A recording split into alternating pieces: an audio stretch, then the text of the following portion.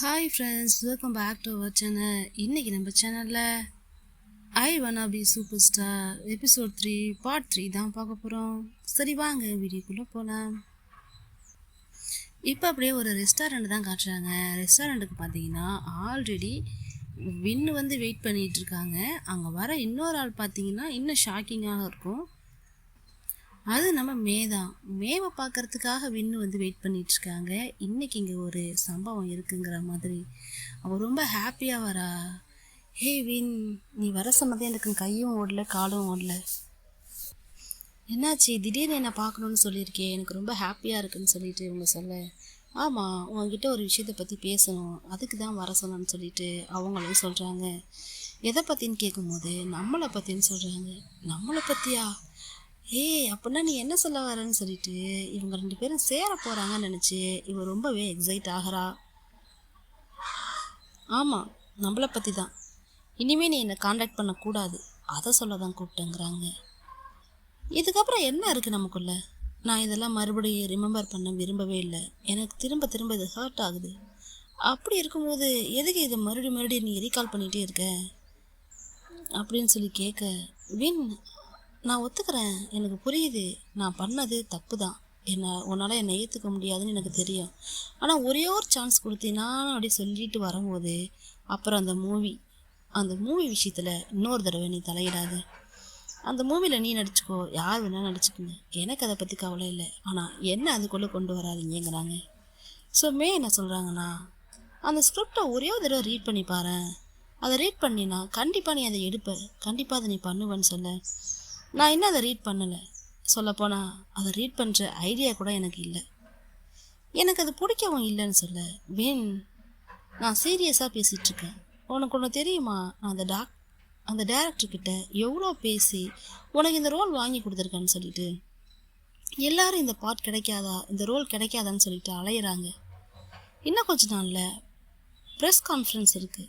அந்த ப்ரெஸ் கான்ஃபரன்ஸில் யார் இதில் ஆக்ட் பண்ணுறாங்கன்னு சொல்லியே ஆகணும். அப்படி இருக்கும்போது நீ எதுக்காக இன்னும் வெயிட் பண்ணிகிட்ருக்கன்னு சொல்லி கேட்க, சரி எதுக்காக என்ன நீ அதில் நடிக்க வைக்கணும்னு நினைக்கிறேன்னு சொல்லி கேட்குறாங்க. ஏன்னா நீ மறுபடியும் ஃபேமஸ் ஆகணும், மறுபடியும் உன்னுடைய கெரியரை நீ ஸ்டார்ட் பண்ணணும். அது மட்டும் இல்லாமல் எனக்கு உன் கூட சேர்ந்து நடிக்க ரொம்ப இஷ்டம்னு சொல்ல, ஆனால் எனக்கு இல்லை நீ உங்கள் மூஞ்சில் அடித்த மாதிரி சொல்கிறாங்க. எனக்கு திரும்பவும் ஃபேமஸ் ஆகவும் வேணாம், அப்புறம் முக்கியமாக உன் கூட சேர்ந்து நடிக்கிறதுக்கு எனக்கு சுத்தமாக விருப்பம் இல்லைங்கிறாங்க. நம்ம இதை தெளிவாக பேசி முடிச்சிட்டோன்னா ஒன்றுமே பிரச்சனை இல்லை. கொஞ்சம் பேசான்னு சொல்லிட்டு பேசிக்கிட்டு இருக்கும்போது அந்த இடத்துக்கு நம்ம வான் ஓடி வராங்க. வானை பார்த்த மேவுக்கு என்னது நீயான்னு சொல்லிட்டு ஷாக்கு.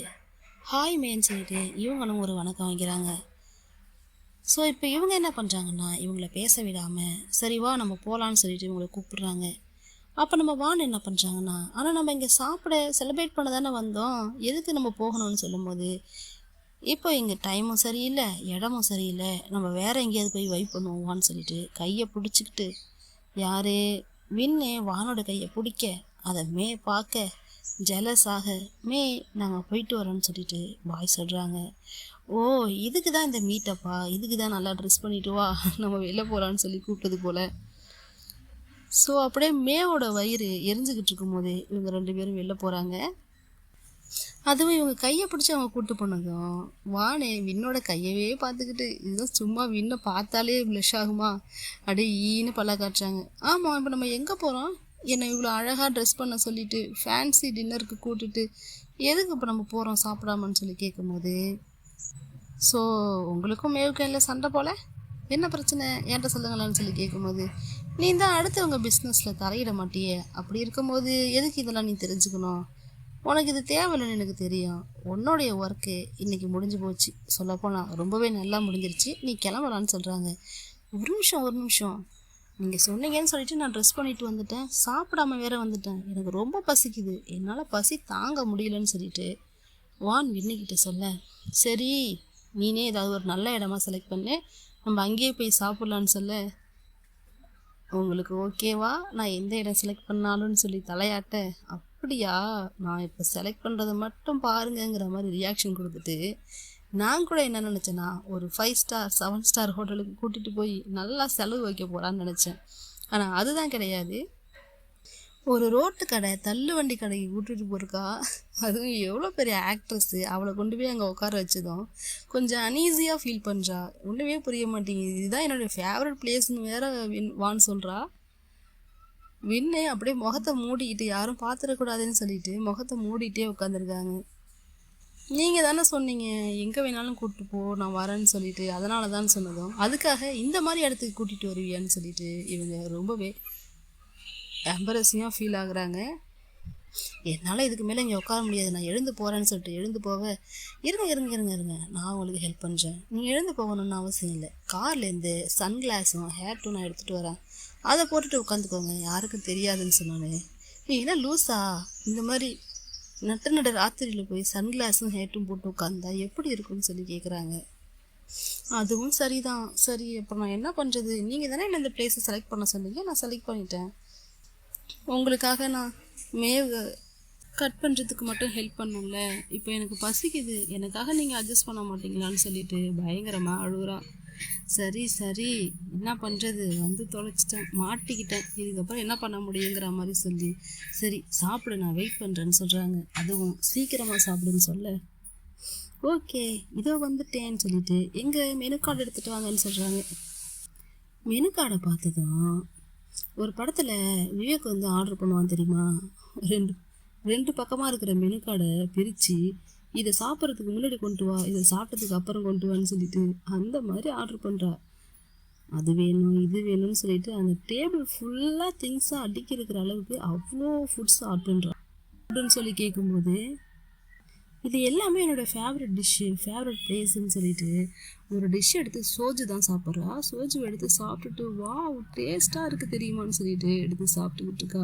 அவ்வளோ டேஸ்ட்டாக இருக்குன்னு சொல்லி இவ கேட்க, ஆமாம் நீங்களும் சாப்பிட்டு பாருங்கள், இது என்னோடய ஃபேவரட் ஃபுட்டு ஃபேவரட் ரெஸ்டாரண்ட், என் ஃப்ரெண்ட்ஸ் கூடலாம் நான் நிறைய டைம் வந்திருக்கேன் தெரியுமா, நீங்களும் சாப்பிட்டு பாருங்கன்னு சொல்லிட்டு அவளுக்கு எடுத்து டேபிளில் வைக்க அவளும் ஒரு வாய் எடுத்து சாப்பிட்டு பார்க்குறா. சாப்பிட்டா செம்ம ஸ்பைஸியாக இருக்கும் போல், காரம் தாங்க முடியாது போல், ஆளை பார்த்தாலே தெரியுது சின்ன வயசுலேருந்தே காரம் சாப்பிட்டது இல்லைங்கிற மாதிரி அவ்வளோ காரமாக இருக்குது. இவரால் ஒரு வாய் கூட சாப்பிட முடியல. சரி இன்னொரு ஃபுட் எடுத்து சாப்பிட்டு பார்ப்போம்னு சொல்லிட்டு அதை எடுத்து சாப்பிட்டு பார்க்குறா. அது இன்னும் காரமாக இருக்குது, தாங்க முடியல, காது வழியாக காரம் வெளில வர அளவுக்கு அவ்வளோ காரம். ஆனால் இங்கே நம்ம ஆளை பார்த்திங்கன்னா பிரித்து மேய்ஞ்சிக்கிட்டு இருக்கா, அப்படி அடித்து நவுத்துறாங்க சாப்பாடை, அப்படி சாப்பிட்றாங்க. ஃபுட்டுனா அவ்வளோ பிடிக்கும் போல். ஸோ இப்போ ஃபுல் ஸ்டொமக்கோடு வந்து சோஃபாவில் அப்படியே உட்காந்துருக்க, நம்ம ஆளுக்கு தான் சும்மா இருக்க முடியாது, துருன்னு ஏதாவது பண்ணணும் இல்லையா. ஸோ அங்கே இருக்கிற ஸ்கிரிப்டை பார்க்குறாங்க. இந்த ஸ்கிரிப்டை படிச்சுப்பாருன்னு ஆளாளுக்கு சொன்னாங்கல்ல, அந்த ஸ்கிரிப்ட் இப்போ டேபிள் மேலே இருக்குது. அந்த ஸ்கிரிப்டை எடுத்து படிக்கலான்னு சொல்லிட்டு எடுத்து பார்த்துக்கிட்டு இருக்கும்போது அந்த இடத்துக்கு நம்ம வின்னும் ஃபுட்டோடு வராங்க.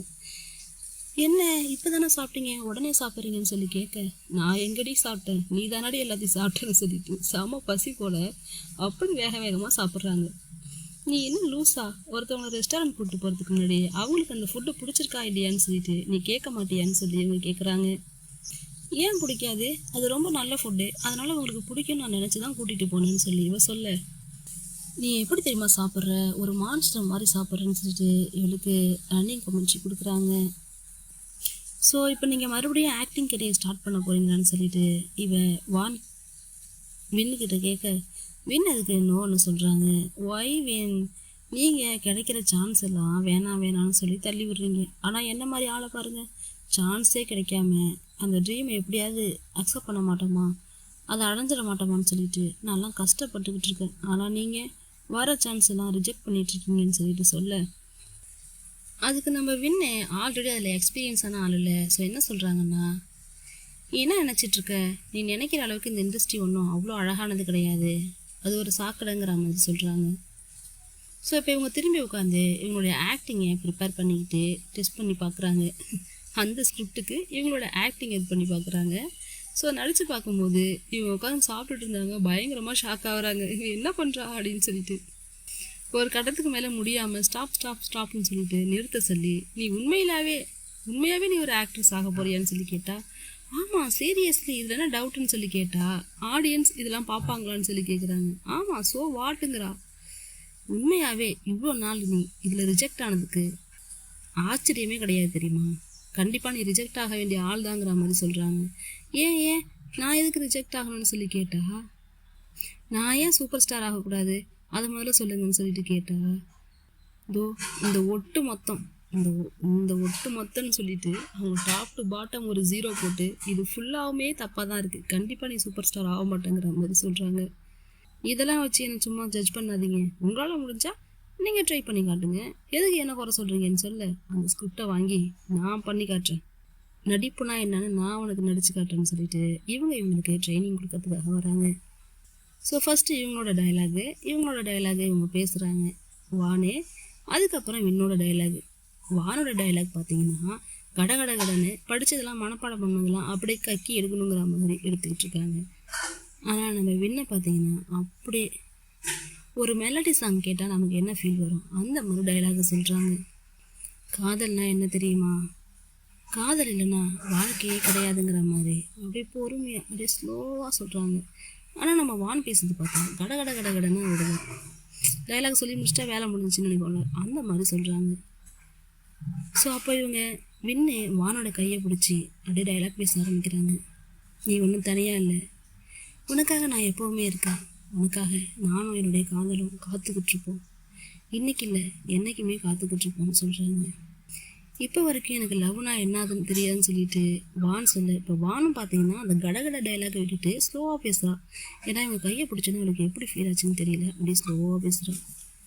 லவ்னா எனக்கு என்னென்னு தெரியாதுன்னு சொல்ல, லவ்னா என்னென்னு நான் உனக்கு காட்டுறேன்னு சொல்லிட்டு வின்னு அப்படியே வானோடைய கன்னத்தை பிடிச்சி அப்படியே கிட்ட வந்து அப்படியே லிப்ஸ் கிட்ட அப்படியே ரொம்ப க்ளோஸாக வராங்க. ஆனால் கிஸ் பண்ணல, ஒரு செகண்ட் அப்படியே யோசிச்சுட்டு டக்குன்னு 2 பேரும் திரும்பிடுறாங்க. புரிஞ்சிச்சா? இதுதான் ஒரு குட் ஆக்டிங்னா இப்படி தான் இருக்கணும். சும்மா மெமரைஸ் பண்ணது, அடுத்தவங்களை பார்த்து காப்பி பண்ணதெல்லாம் கொண்டு வந்து இங்கே கக்கிட்டு இருக்கக்கூடாது. உன்னுடைய உள்ளுக்குள்ளேருந்து அடி வயிற்றுலேருந்து அது ஃபீல் ஆகணும், அதுதான் ஆக்டிங்னு சொல்ல எல்லாத்தையும் காதில் வாங்கிட்டு நம்ம வானு அப்படியே ஒரு ஷாக்லேயே இருக்கேன்னா இவங்க கிட்ட வந்தாங்கல்ல அந்த ஷாக்லேயே இருக்காப்புல. ஸோ இதுதான் நடிப்புக்கும் ரியல் லைஃப்க்கும் உள்ள டிஃப்ரென்ஸ். இப்போ உனக்கு புரிஞ்சுதா? இதுக்கப்புறம் நல்லா பண்ணு, சரி நான் போய் குளிக்கிறேன்னு சொல்லிட்டு அவங்க எழுந்து போக இது அப்படியே ஷாக்லேயே பேய் இறஞ்சா மாதிரியே வந்துக்கிட்டு இருக்கு. Oh my god, super star வின்னு என்ன கிஸ் பண்ணிக்கிட்டு வந்தாங்களா? வின்னா போய் வின்னுக்கிட்ட தான் ஆக்டிங் கற்றுக்கிட்டேன். அச்சச்சோ பெருமாளேன்னு சொல்லிட்டு என்ன பண்ணுறாங்கன்னா தரையில் விழுந்து ஷாக் அடித்தா எப்படி ரியாக்ஷன் கொடுப்போம் அந்த மாதிரி யாரோ ரேப் பண்ணுற மாதிரி ரியாக்ஷன் கொடுக்க இதை உள்ளே போன நம்ம வின்னு எட்டி பார்க்குறாங்க, என்னடா பண்ணுறான்னு பார்க்கலாமேன்னு பார்த்தா தரையில் விழுந்து பிறந்துக்கிட்டு இருக்கா. அதை பார்த்ததும் வின்னுக்கு பயங்கர சிரிப்பு வந்துடுது. நல்லா ஸ்மைல் பண்ணிகிட்டு இருக்காங்க. உள்ளே போய் இவன் வெள்ளைப்படுத்து ஊர்ந்துக்கிட்டு இவ சிரிச்சிட்டு கிடக்கா. இப்போ மார்னிங் ஆயிடுச்சு, இன்றைக்கி ஒரு ஆக்டிங்காக போகணும் இல்லையா? ஸோ அதுக்காக ரெடியாகி வரா. ஆனால் ஆல்ரெடி பார்த்தீங்கன்னா காரில் நம்ம வின்னு ரெடியாகி இருக்காங்க. எங்கடா போகிறாங்கன்னு சொல்லி பார்த்தா இவளுக்காக தான் வெயிட் பண்ணுறாங்க போல். அப்படியே கேஷுவலாக வர மாதிரி காரை கொண்டு வந்து பக்கத்தில் நிறுத்து, வான் நான் அந்த பக்கம் தான் போகிறேன், ட்ராப் பண்ணவான்னு சொல்லி கேட்க, எங்கே போகிறீங்கன்னு சொல்லி கேட்கும்போது கேஸ் எடுக்கிறதுக்காக போகிறேன்னு சொல்கிறாங்க. ஓ அப்படியா? வரலான்னு வரும்போது டக்குன்னு என்ன பண்ணுறாங்கன்னா, எனக்கு என்னமோ டவுட்டாக இருக்கே, நீ இன்றைக்கி நடிக்கிறதுக்காக கூப்பிட்டு போகிறீங்களான்னு சொல்லி கேட்க, அதெல்லாம் ஒன்றும் இல்லை, வாண்ணா வாயான்னு சொல்லிட்டு கூப்பிட்றாங்க. இல்லைனா கேஸுக்கு என்ன பே பண்ண வைக்க பார்க்குறீங்களான்னு சொல்லி கேட்டால் அதுவும் இல்லை, வா போகலான்னு சொல்லிட்டு இவங்க கூப்பிட்றாங்க. அப்படியா, ரொம்ப ஜாலின்னு சொல்லிட்டு இவங்களும் போய் காரில் ஏற 2 பேரும் இப்போ அந்த இடத்த விட்டு போயிட்டுருக்காங்க. இதோட பார்ட் 3 முடிஞ்சு போச்சு. நெக்ஸ்ட் பார்ட்டில் மறுபடியும் மீட் பண்ணலாம். தேங்க்யூ.